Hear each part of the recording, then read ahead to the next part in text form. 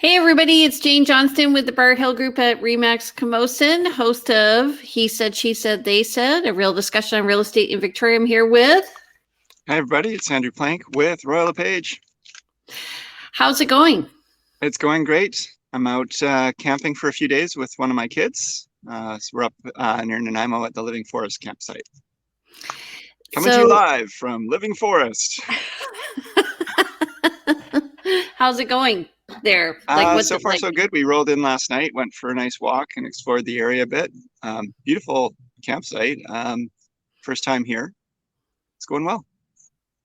Good. I was up at Shawnigan on the weekend. It's very hot up there. Yeah. Seems more extreme temperature. So we actually went swimming, and I went for a swim last night, even like around 7. It's great. Oh, so you just got back last night then from Shawnigan? I was just there for basically 24 hours. Yeah. Nice. Okay. Good. Yeah. You'll have to have us up sometime. I will. I'll let you know. Okay. Okay. Meanwhile, actually, let's just talk about needs and wants. Do you have anything coming up on the market or anything you need? Well, I have a lot of needs, as do we all. Oh, about real estate. Real estate. Yeah. Mainly, your standard single family home with suite. Looking for some folks who are downsizing as well into condo, but larger condo, like James Bay area, condo or townhouse, James Bay, or somewhere not in the downtown core, but in a village or near a village, bikeable, up to 1.1, I would say. Yeah. Still really desperately looking for something. This has been the unicorn, is to try to find a townhouse complex, and they exist. We looked at one last week that allows RVs or has parking for RVs. And we looked at one on Interurban last week, but it was the parking lot was already full, so there was no room for their RV. Okay. Wedgwood Estates in Arbutus, they allow RVs. Yeah, price point on that one might be a little above these guys' range, but that is good. I've heard that one before. 2829 Arbutus. Yeah, great little complex, beautifully manicured. Some nice views from some of the units, but no, probably because those are going to be. I actually haven't watched what the prices are at right now, but they've got to be above 1.2, 1.4, I don't know. Well, the other thing you could go to is Cobble Hill, and they have Arbutus Ridge. Yeah, and trust me, we've been through it all. There are some up in North Saanich, and or maybe a new development that hasn't yet put in a no RVs bylaw. Might be where we go. Anyway, those are some of the things we're looking for. What have you got on the go? I've got a new listing coming up in Souk. It's 3 bedrooms plus a bonus room. It's going to be priced $765. It's around 3,000 square feet. It's on a large lot. It's backing right onto the back of the park in Broom Hill. And it's a older home, so you get more space and more land, and it's well maintained. It's a what home? Pardon? You said it's a something home, so you get more space and more land? Older, not brand new. Okay, gotcha. And I'm looking with the buyer right now for 2 to 3 bedroom townhome or half duplex up to $1 million. And what else am I looking for? Or single family home. I'm working with lots of buyers right now. We're looking for, actually have another client up to $700,000 looking for a townhome, 3 bedroom plus. Yeah, I've got a similar townhome requirement, but a little lower price point, unfortunately. But they don't mind being sort of in the downtown core, older but updated unit or Vic West. But it's a family, 2 adults, 1 child. They like their bikes. So there's that. And then also for anybody listening, I really could use a very rural property that has parking for like 5 cars. We've got, sometimes you work with people and the requirement isn't a house for them, but it's a house for their toys. So this person has a collection of vehicles, and so we need a home for cars, and also living space for a number of different family units because it's mixed generational family that wants to move. So I that's find going a to be lot an of interesting people. one, but price point's probably up to 2 million or more. Oh, So there is some room on that one. North Saanich is your place. Yeah, or I mean, we were up on Shawnigan the other day. So if anybody's wondering, this is what a conversation with a realtor is like. Yeah. Sorry, we've just evolved into chatting business. Yes. Okay. So we're talking today about house components, or what kind of the big things you kind of are going to be considering when you're buying a home, and the things you might want to watch for in terms of the systems. Yeah. Okay. But first, let's do the stats. Yes. Yay. Do you want me to read them off? Can you read them on your phone? I would have to get like in pretty close, and then I think I need my reading glasses because I'm now over 50. So you go ahead. Okay. New listings 200 and pending 192. So we've had a little bump in the market. I definitely felt it. Yeah. Price decreases 42, which is good. Yep. And price One increase. of my listings was one of those. Okay. Yeah. And price increase was 5. Yes. Back on market 2. So it's interesting because, we've been saying, I realized this today, we've been saying, the listings versus the pendings. If we see more listings than pendings, we can generally tell that we've got that the inventory is going to be increasing over time. And you're nodding your head. But the one thing we aren't really including in that is the fact that there are properties that expire and get withdrawn. So when we add those to the pendings, we actually have more properties coming off market than our listing, because the inventory taken up with the pendings plus the expireds plus the withdrawns is more than the new listings. So our inventory is not going up based on this particular stat. It has been because that gap was a little wider, but as Jane mentioned, there's been a bump in the market. But when we're watching these things, we should probably keep that in mind. Also, the expired can be a new listing.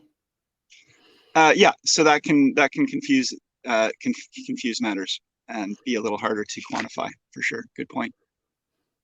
Okay, net unconditional sales so far 621 for this month. That's July 2021 compared to 979 last year for July. Mm-hmm. New listing 794. It is half of what it was last year at 1480. Yeah. And active listings total right now are 1384. So you're right. And total listings last year for the month of July, active listings was 2,653. So we are low. We are really low. Yeah. And it's not just Victoria. I mean, Jane and I are both I know you, Jane, you're also on a number of realtor networking groups, and some of which are more than just the Victoria area, where we hear the scuttlebutt or the chatter, and low inventory across the board, Canada and US in many, many, many areas. Yeah. And just so people always ask me how the market's doing, and I just want to stress that it really is dependent on what you're looking for, what area you're looking at, what specific, you can even have a sub-market within a market. So yeah. For instance, when the market's cooling down, it's going to cool down in Greater Victoria from the outside in and from the top down.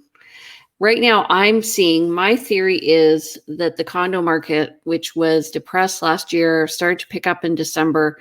I think it's going to be really busy over the next few months because people cannot find any rentals for university, and so they're buying condos.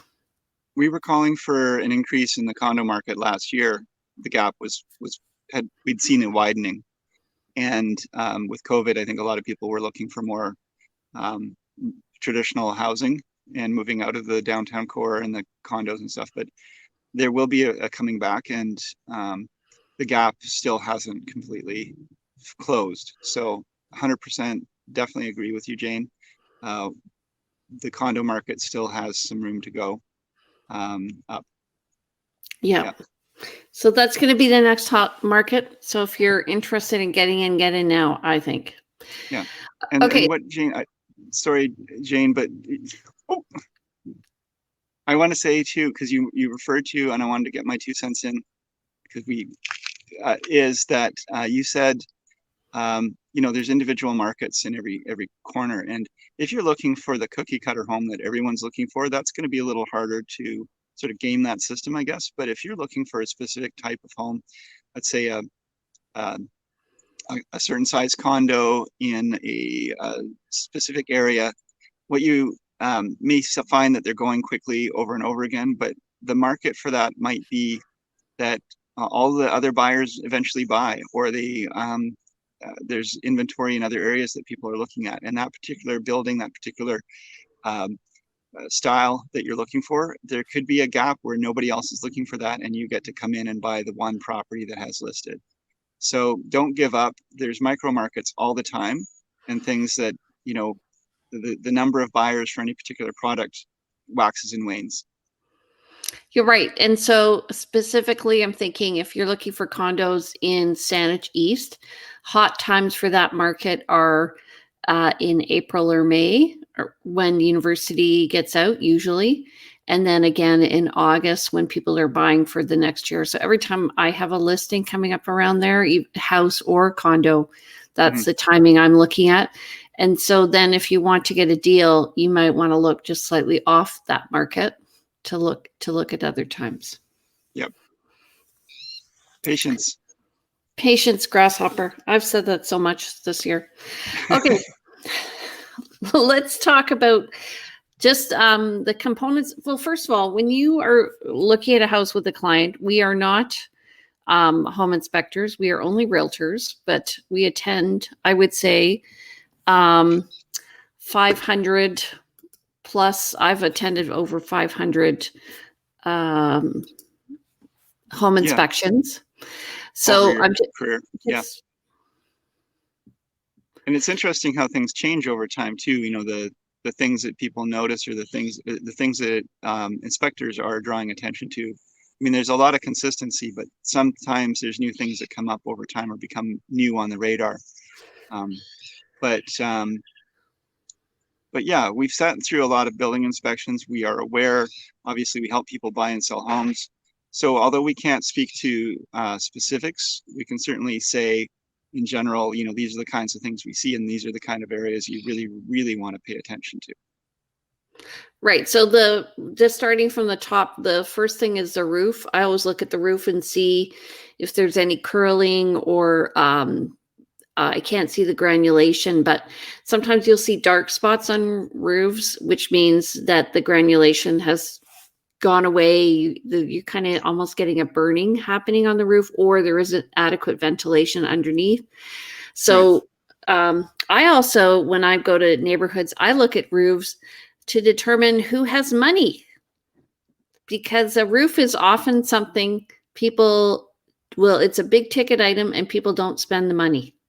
When you say looking at who has money, you're not like going, oh, the people in this house have money and these people in this house don't. You're saying in general, in a neighborhood, if you look on average at the roofs, you can generally get a sense of whether people are caring for their homes and staying on top of things. And if they have not discretionary income, but the adequate income to actually take care of this asset that they own. And if you find that a number of homes are not being well cared for, the roof might be a good indicator of that. Yeah. I mean, I use that same thing when people are buying condos, because when you buy a condo, you're buying a shared ownership in all the common property in that condo. And so you have the benefit of all of those common properties, but you also have the responsibility for them. And so, look at the parking lot and the parkade, and look at the cars in that parkade. And look at all of the different common areas and how they're cared for, and at the building itself, and you're going to get a sense of the spectrum of ownership in that building, and is it going to be looking like people can both afford to or have the drive to maintain. And it's hard to make blanket generalizations, but it does give you some clues or hints. I look in the building, I look at the balconies, Yeah. and they're kind of wrapping around the building. So for instance, I had a client who, where only half the balconies were done. And when we looked at it statistically, the condos were a good purchase price for them because they could get in. And we had to factor in the fact that they're going to have to do the remaining half balconies. But the building did something interesting, is they did the balconies on the back side of the building. So the front looked terrible. Oh, no. But so that gives you a good idea, because the balconies are kind of a weak point in a condo, I think, that and the underground parking. Yeah. So when I'm looking at the parkade, I'm looking to see if there's any efflorescence or cracks where water's coming through. Yeah. And again, it could be that that's there and yet it's already been addressed, or it's seeing these things. We are not engineers, and even a building inspector is not an engineer. So when we see these things, we can draw attention to them, but we can't really say specifically what the future holds in terms of whether there's a requirement to fix or not, and so on. So it can be a little difficult, but at least drawing attention to things. But when the thing, I guess, when you're looking at a home, and the sort of the overarching point of this conversation, even or around like buying a home and using a building inspector, is take into account the whole cost of this home, whether it's a condo or a house. What's the whole cost of owning this home? And if there's a lot of deferred maintenance, you might be finding a home that's in your affordable range, but is it going to end up costing you more than another home would have cost you if it had been if you paid a little bit more for a home that was actually well maintained, upkept, maybe perhaps newer, or again older and completely it had all the components redone. Right. And this staging is a way of making a home look well maintained. So you want to sometimes look between the staging. Don't get caught up in all of the shiny stuff.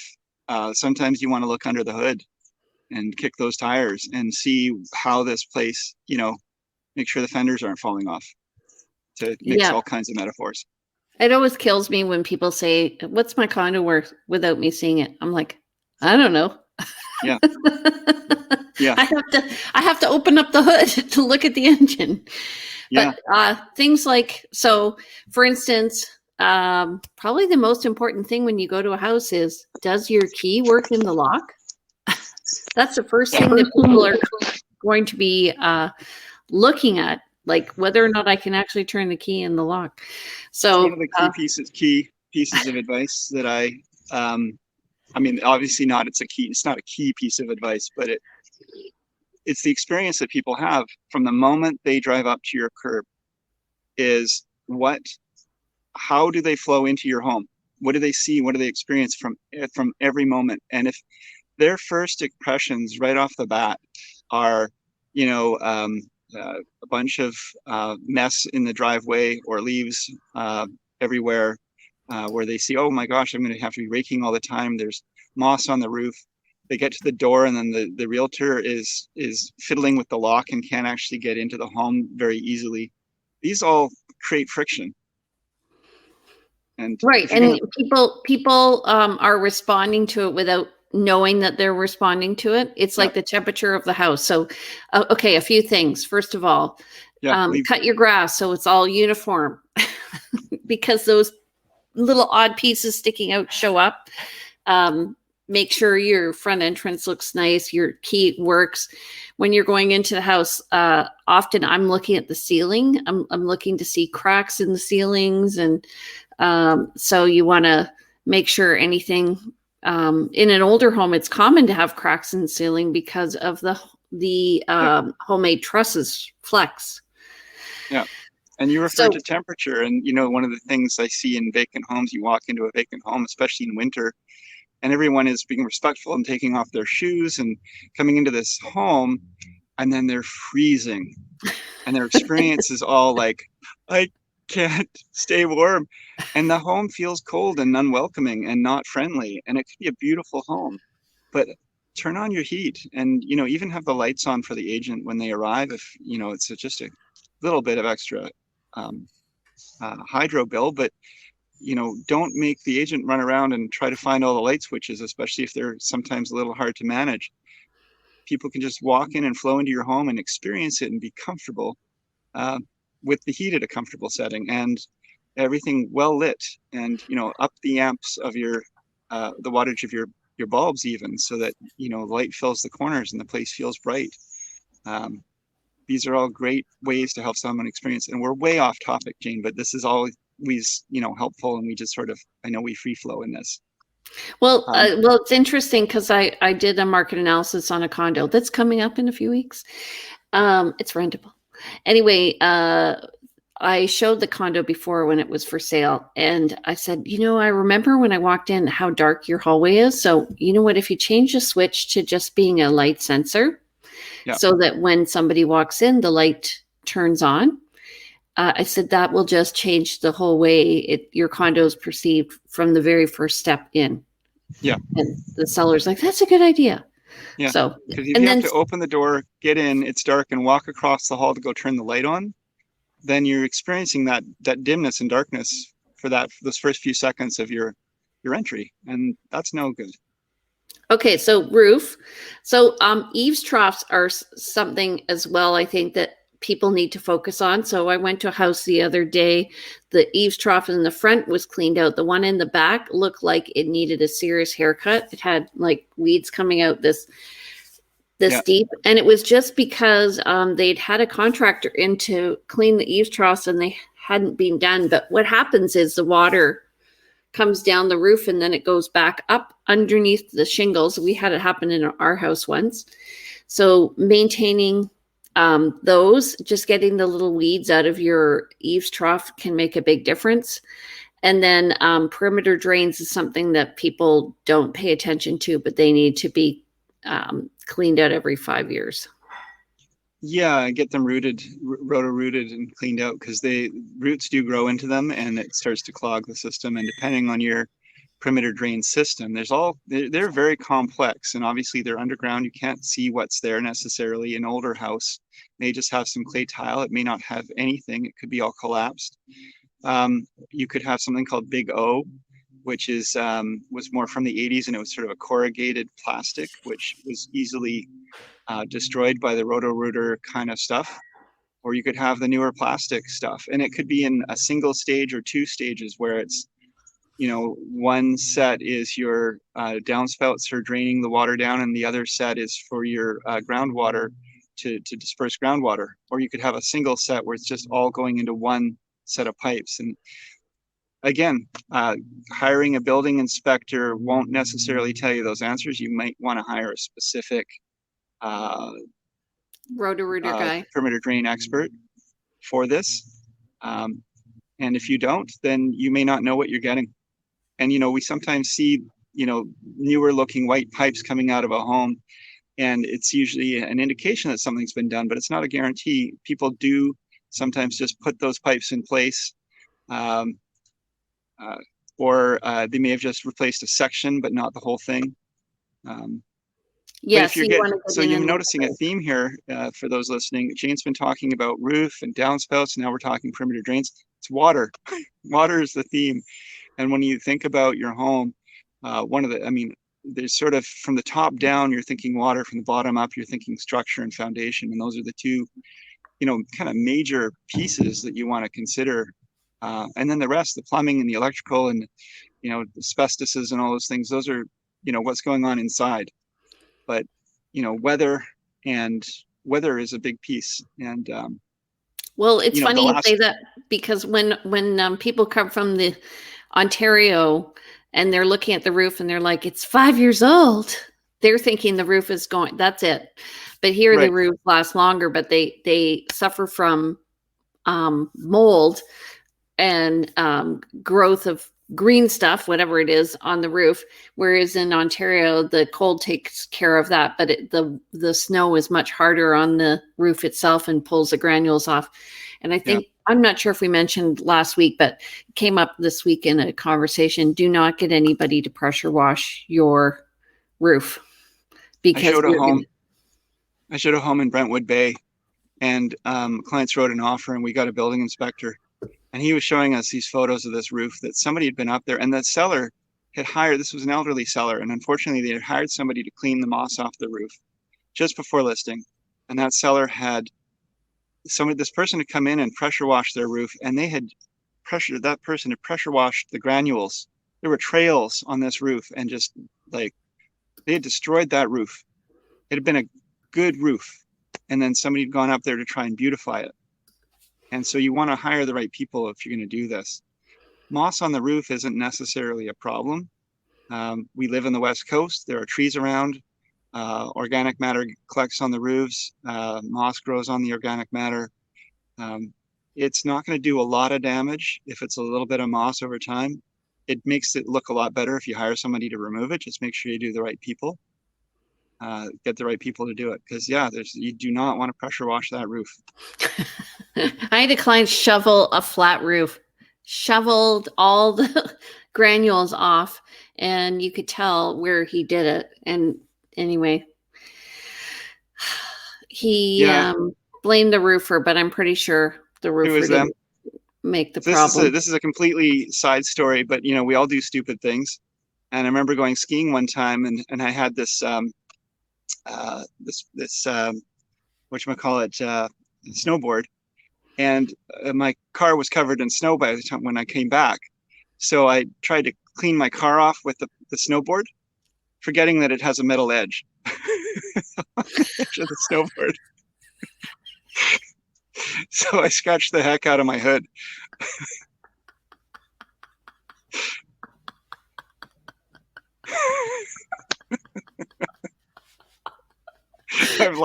We've lost Jane.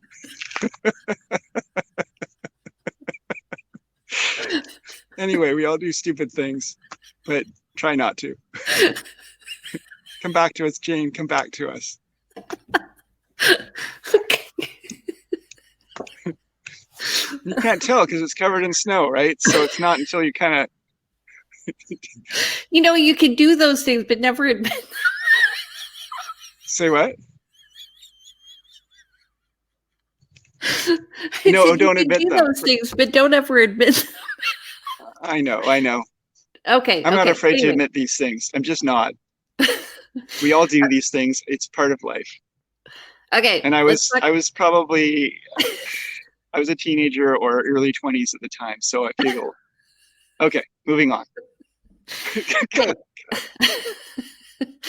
Basement. So the other thing is, on basements is looking actually where, like when you're looking at the house and water and stuff, is looking where the house is in relation to the land. So I was just showing a house in North Saanich, beautiful area. I love it. And it was right at the bottom of a hill. And even though it's been dry this summer, the basement felt wet. And so looking at where your house is in relation to hills and seeing if there's a perimeter drain or a curtain drain or something around the house as well, really, really important.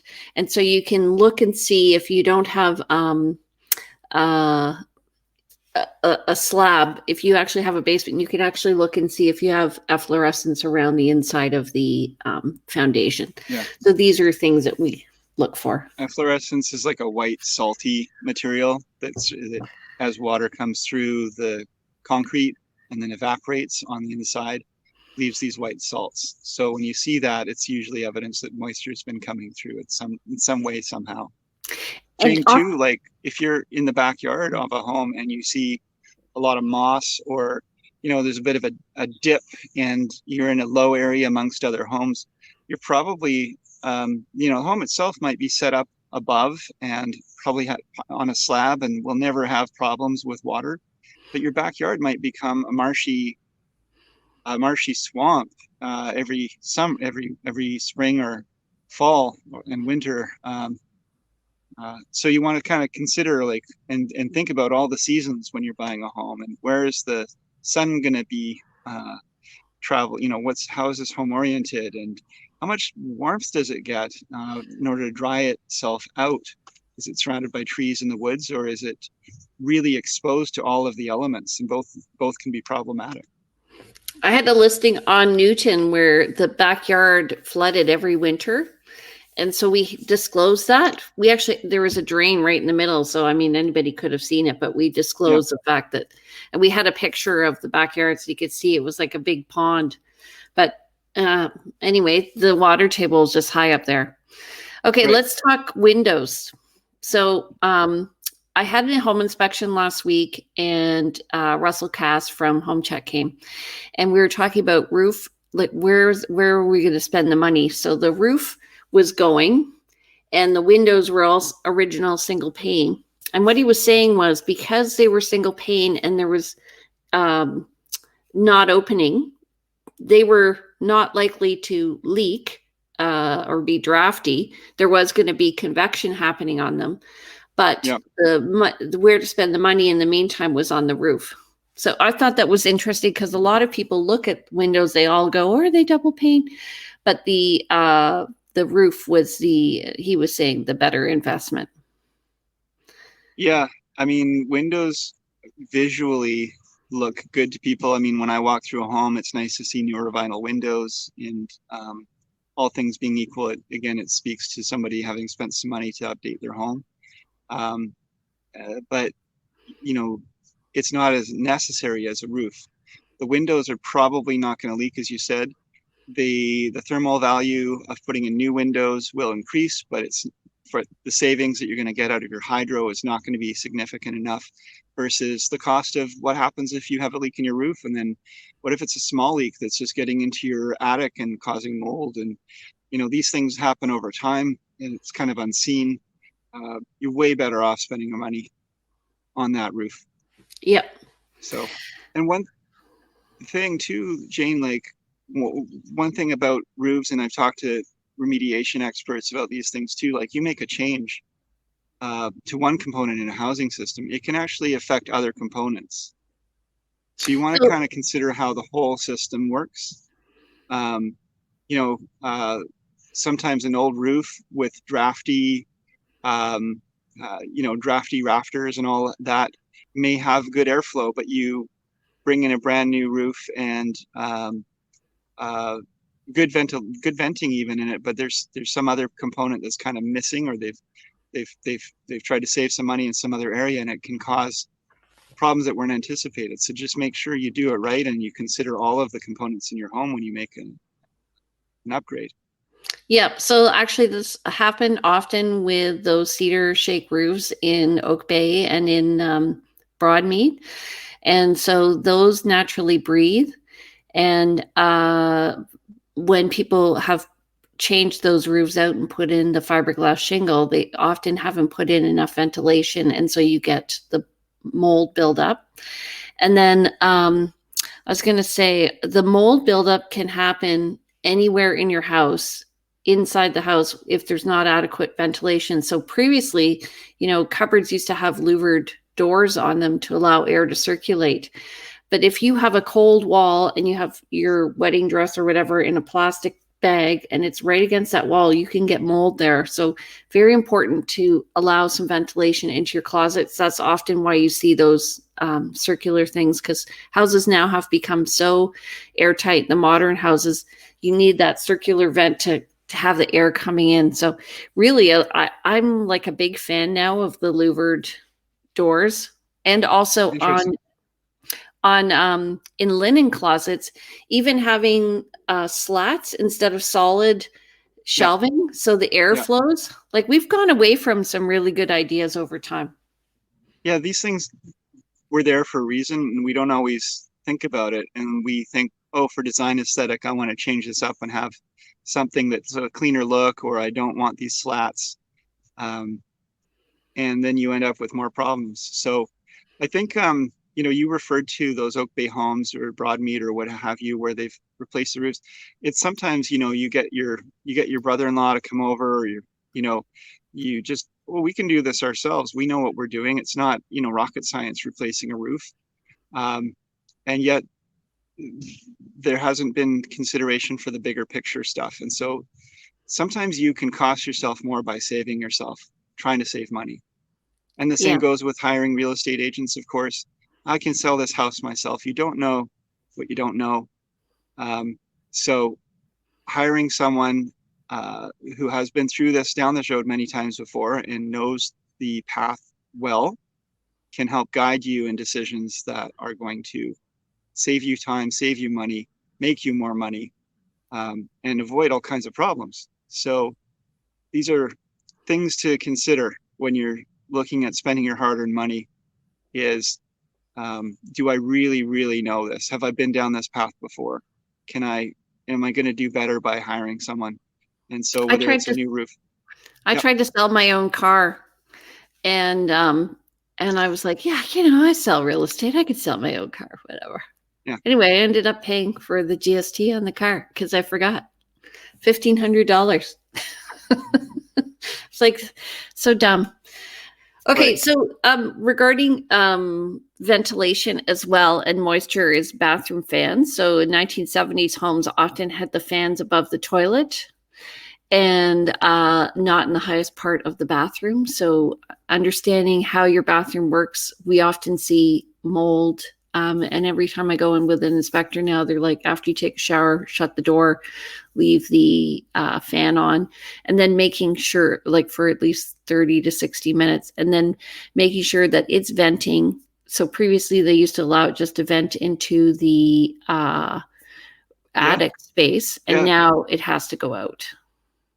yeah. So if you have a vent in your bathroom and you don't know for sure that it's venting in, out of the home itself, it could be venting into your attic. And if you're having long showers, really steamy showers, and it's just all going up into your attic, then you're causing yourself some problems in your attic. Um, so knowing and it's not a hard upgrade to, you know, to do it right. But you can also get, and it's, again, relatively inexpensive versus the cost of mold remediation. Um, you can get a little timer for your fan so that it goes on daily for a period of time. It's modern code now that actually is in all new homes. So why not retrofit your older home to help get some of the humidity and moisture out? You can have a humidity sensor that it just kicks in when the humidity gets to a certain point and automatically will, take it out of the home. The other thing is the type of insulation you have in your house. So previously, there's been several types of insulation. So one was a paper-based product that used to capture the water and then release it. And then now they've gone to the pink, which is like what's it called? Fiberglass.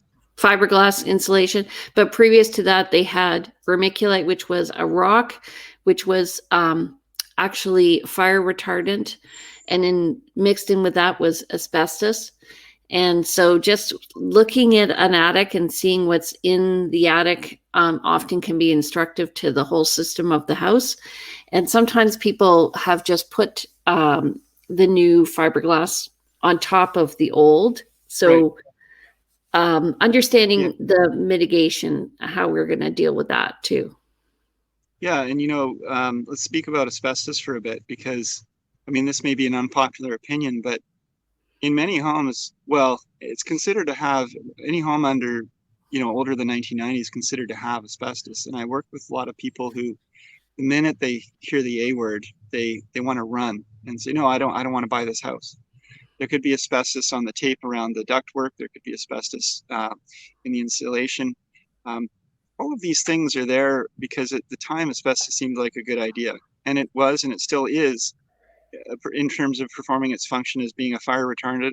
But where it's dangerous is if it's disturbed and the fibers get into the air and it can get into your lungs and cause cancer and problems.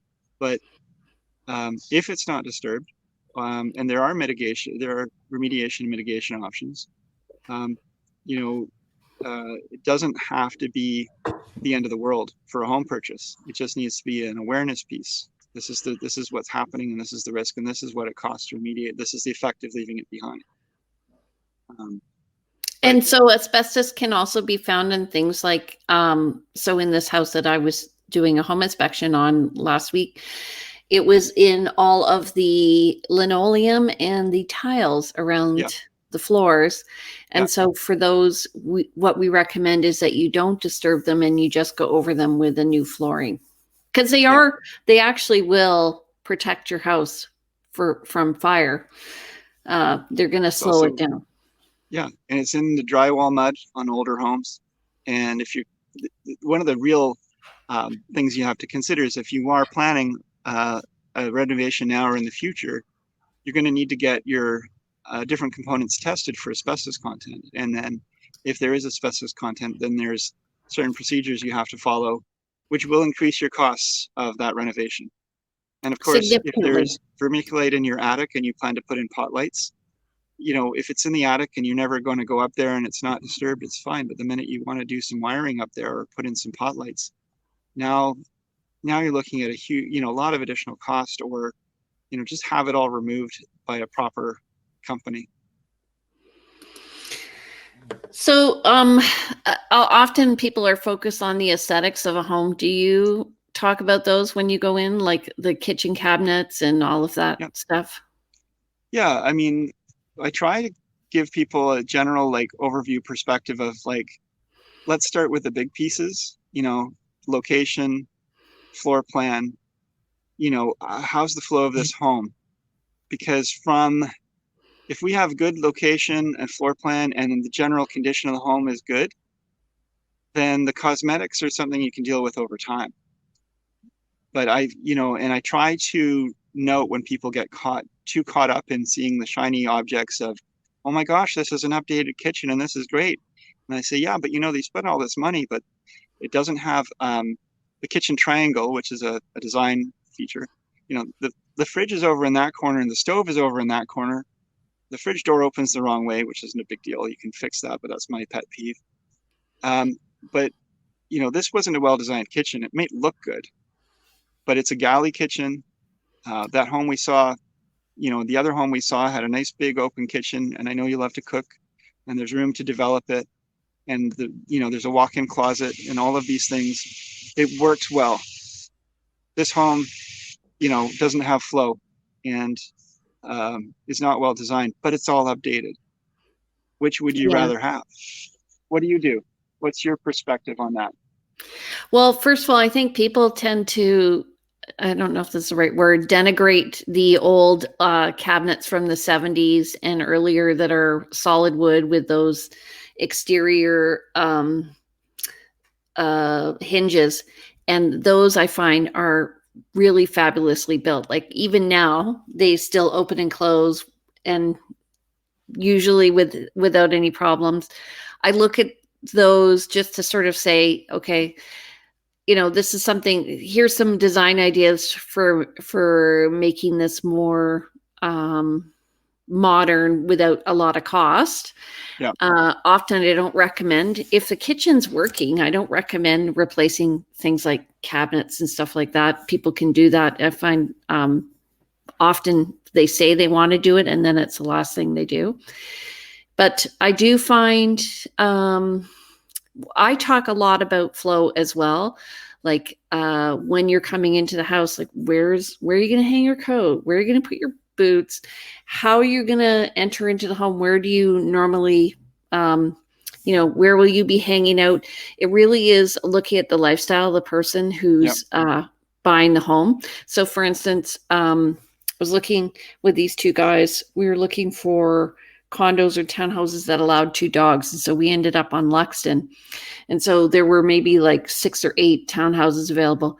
And so I'm looking at the light and I'm going, well, here, if you buy this particular one, you're going to have a view of the park and you're going to have the long view between those buildings. But if you buy one this way, you're not going to have either of that. So they're like, that's, an interesting perspective of how you're going to live in the home. And then also looking for, I talk to a lot of people, it's kind of sensitive, but whether or not they're going to have kids Yeah. and like how they're going to plan.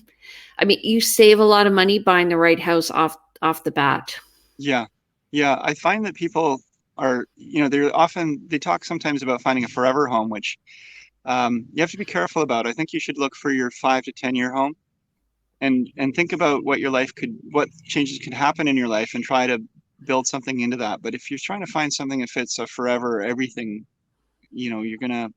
that's gonna be problematic, I guess, to find something that fits everything. But you do have to have those conversations.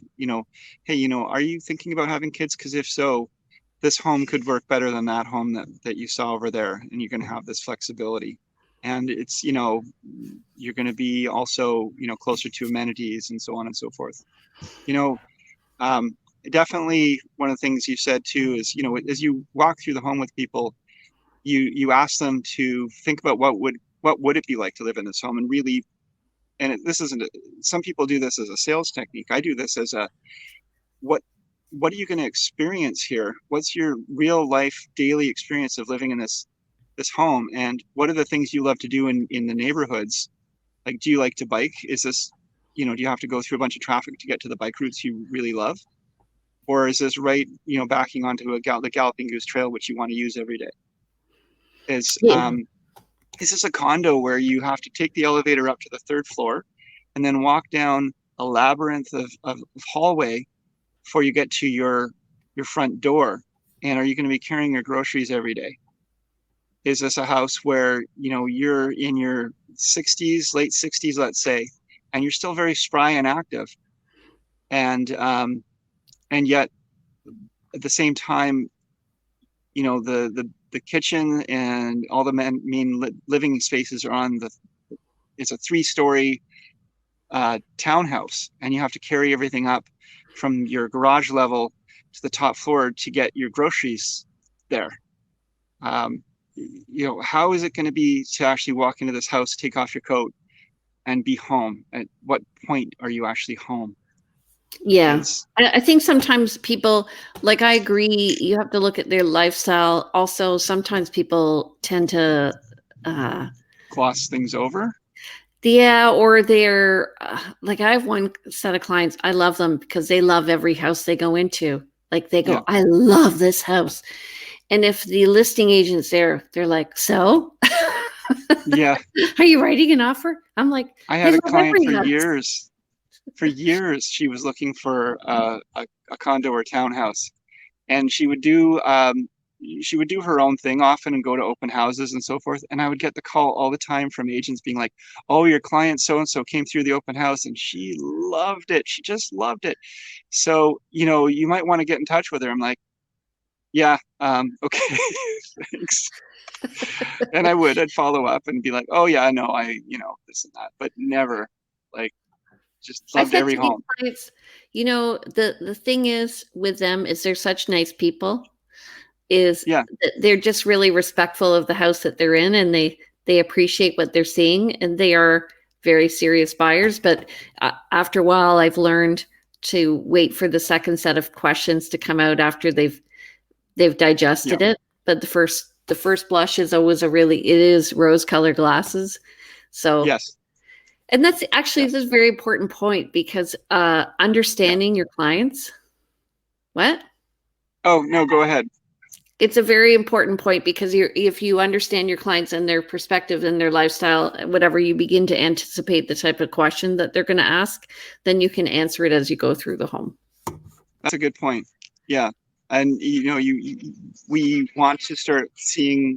Well, we want to wear the hat of being our client, and we want to see through their eyes, because what we might think is important for us, and there are things that we want to point out that I think are that should be important for everyone to consider. But there are other things that sometimes we forget. I forget to really put my client's hat. I have to remind myself, wear my client's hat, put myself in their shoes, see through their eyes, and realize that they are going to be very, very happy in this home because it really meets their needs. And I shouldn't be, um, I have to be respectful of that, even though it might not be the home that I would choose, because maybe to me I value resale value better than a nice kitchen or something like that. Yeah. I feel like that when somebody's looking at a mobile home. I'm like, Yes, they went buy a condo yes, yeah. for the But same amount of also money. not everyone shares all of their personal life circumstances and needs, and there are certain reasons why they make some of the decisions they make, which we will never ever know. So again, just being respectful of that. And our clients, the more you share with us, folks, the better we understand and are able to help you. And we are not mind readers, although we try. But at the same time, if you have things that are, you don't feel comfortable sharing, we'll do our best to work around that. It's just how it is. Yep. It's like dating. There you go. Everyone's entitled to their secrets and to their own personal world. Yep. At the same time, discuss your needs, and your partner won't know what you're looking for unless you let them know. Right. Exactly. Yeah. And so we are totally off topic today, and that's okay. Yeah. Just understand, actually, that's what happens during a viewing is sometimes things come up and you need to change your direction and discussion. But Andrew, it looks like your son is wanting to get your attention. Am I right? 2 minutes? No. Oh. Where you hear there's people in the background. We're in a campground, so there's lots of stuff going on. My son's still in bed. Oh. But it's all good. Okay. Okay. So last thing, just since we've been talking all about plumbing, is the type of piping. So there's, to me, 3 different types of piping. There's the copper, there's the polybutylene or poly-B piping, and then there's a PVC. And just understanding the difference of those and how they connect. Lead piping? And lead. Yeah, yes. I haven't seen. Yeah. And cast we don't see it iron, much. actually. Yeah. Yeah, and just making sure that the pipe also leading from the street to the house is modern. Often Yes. those go. Sometimes insurance won't insure things like poly B, even if they do have the brass fittings between them. Yeah, there's all kind. I mean, it's interesting because the systems in the home, as we said, it can get really complex. And that poly B, I find some people make a big deal about, and some people don't. I see it in many homes. I see it in townhouses. I see it in condos. I have it in my house. It was more of a problem in areas where the water was harder. It was more of a problem in the 90s when they were first installed. But insurance companies have long memories, and they still don't. Many insurance companies still don't like it. So what you going to do? But and it can be expensive to pull it out and replace it all. And is it really necessary? Yeah. But it just comes into knowing what you're getting into. And how long you're going to be in the house. Yeah. I mean, every house will have maintenance required and things that you need to deal with over time, and things that, when Poly B went into homes, people thought it was the best. I'm sure they thought it was a great solution. Aluminum wiring in homes was a good idea back in the day because it was cheaper than copper and nobody really saw a problem.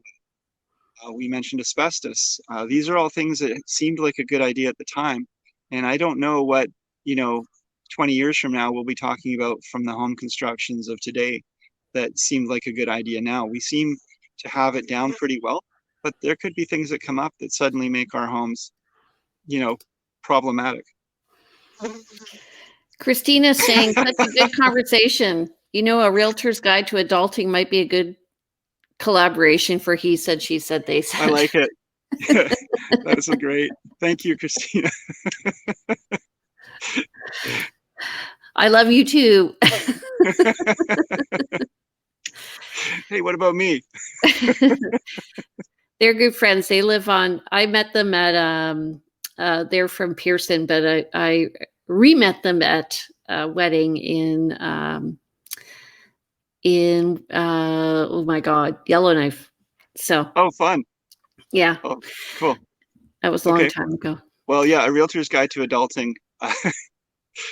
Okay, that's next week's Well, topic. actually, it just goes to show, you have to decide what's important, what you're going to focus on, what are things that you need to keep your eye on. I find that as a realtor, really, I'm the deciding vote sometimes in a couple Right. on two sides. And I try not to be, but what I do is just remind people of what their priorities are right from the very beginning. Yeah, and that's a really good point, because we often circle back to that. And if you've been working with someone for a number of months and sometimes years, um, typically it's, when we work with someone, sometimes it's over a weekend, and sometimes it's over a period of weeks, and sometimes months, and rarely, but sometimes years, depending on their needs and so forth. But sometimes you have to circle back and say, what are we doing here? Why are we why are we here? Why are we Yeah. doing this? What do you want? And we've been hammering at this nail this way for quite some time, and it's not working. So what can we do differently? Yeah. And Yeah. what's important? How are we going to figure this out? Yeah. Yeah. And what's changed? Yeah. And often priorities change. So what we're doing really, what Andrew's saying, is we're guiding you through the process of change in your life so that you're less stressed. So we can help you facilitate that change easily. Yeah. I mean, anytime you decide to buy a home or sell a home, it's because something has happened in your life that's caused a change, whether that's, death, divorce, just, or new like growing family, a change in your job status, um, all kinds of reasons. But it's usually because there's something that instigated this change. People don't suddenly go, I want to upheave my whole life and move somewhere else simply because nothing has changed. Yeah. So knowing your intentions is one of the big conversations that I think both Jane and I tend to have with our clients when we do an initial interview. We tend to be interviewed by many people. We tend to interview them as well. Christine Henry is saying, I'm discouraged right now. House is not selling. Right. Yeah, I'll have to come and see your house. I know where you live, so I'll set up an appointment. And Christina Chaknuka is saying, could be a book, honestly, so useful, especially if you don't have family background in buying, selling a house, or in handiwork, or making big life decisions and sticking to wise principles and choosing a house. Yeah. This is why you need a great realtor, because they will look at your house in perspective of where everything else is. I think Okay. one of the things, I mean, the key takeaway about adulting is, and you don't have to have a book about it, is surround yourself with people that you know and trust who are experts in their field, and trust them and let them do their job. Um, and this, as Jane alluded to, when she tried to sell her car, we are equally guilty of this. We're not always adulting ourselves, but where I've ever tried to save money or save a buck by foregoing expert advice, it tends to cost me. And Yeah. adulting is really about, making mature decisions, and mature decisions are around being, yeah, Yeah. Good, yeah, trustworthy exactly. people. Yeah. Yeah, And it's not about the transaction. It's about helping people manage their lives, unfortunately. And introducing them to who they need, even though they may not realize that they need that advice. yeah, yeah. The other thing about adulting is listening to the advice you get and actually not just, yeah. I'll be your auntie, Christina. Oh my God. Love it. Okay. All Um, right. good. So I just want Oh, to say what? we're coming up on the 1 hour mark, so this has been a long one. But you were talking about buying a home and having the old, by Christina, having the old kitchen cabinets and how they're well built and so forth. I used to love garage sailing and buying used goods, and it was just sort of because I used to have a camera business. I was always treasure hunting. But one thing I came to realize really quickly, because you could go to a garage sale and you'd find a TV that was top of the line, but 10 years ago, for sale for a fraction of what it cost new. And I came to quickly realize, if you were to live 5 years in the past, let's say, and right now, if you go out and buy everything that is brand new, top of the line, your brand new iPhone and your brand new TV and your brand new computer, you're going to be spending a lot of money. And people always want the best of the best and the newest and the newest.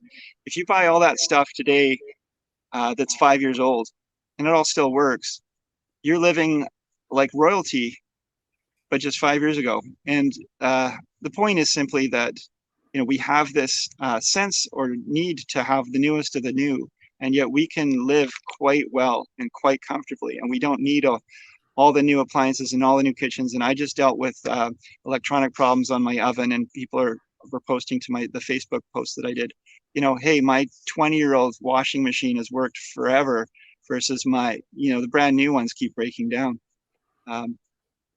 Don't always have to get caught up in the shiniest objects. Yes, and newer isn't always better. Yeah. So there are early adopters who take the risk, and I'm thinking of a Tesla, buy it right off the bat, spend a lot of money, and then now the technology is more common and costs less money. Exactly. Yeah. Anyway, good. Okay, so interestingly, over the weekend, I did see some stats on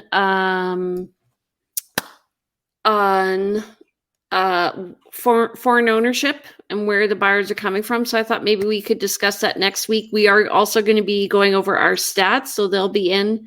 So we'll do that. The monthly stats. We'll just bring everybody up to date. I would like to have a topic in the coming weeks too about, and maybe people could chime in if they like this, but we've talked about areas in Victoria. We talked about Broadmead and, Dean Park or whatever we're going to talk about. But I think we should talk about vacation areas that people like on the Vancouver Island, where people kind of looking, you've got your place on Shawnigan, and where are people kind of looking for their various recreational properties? Okay. I'm putting that in. Good.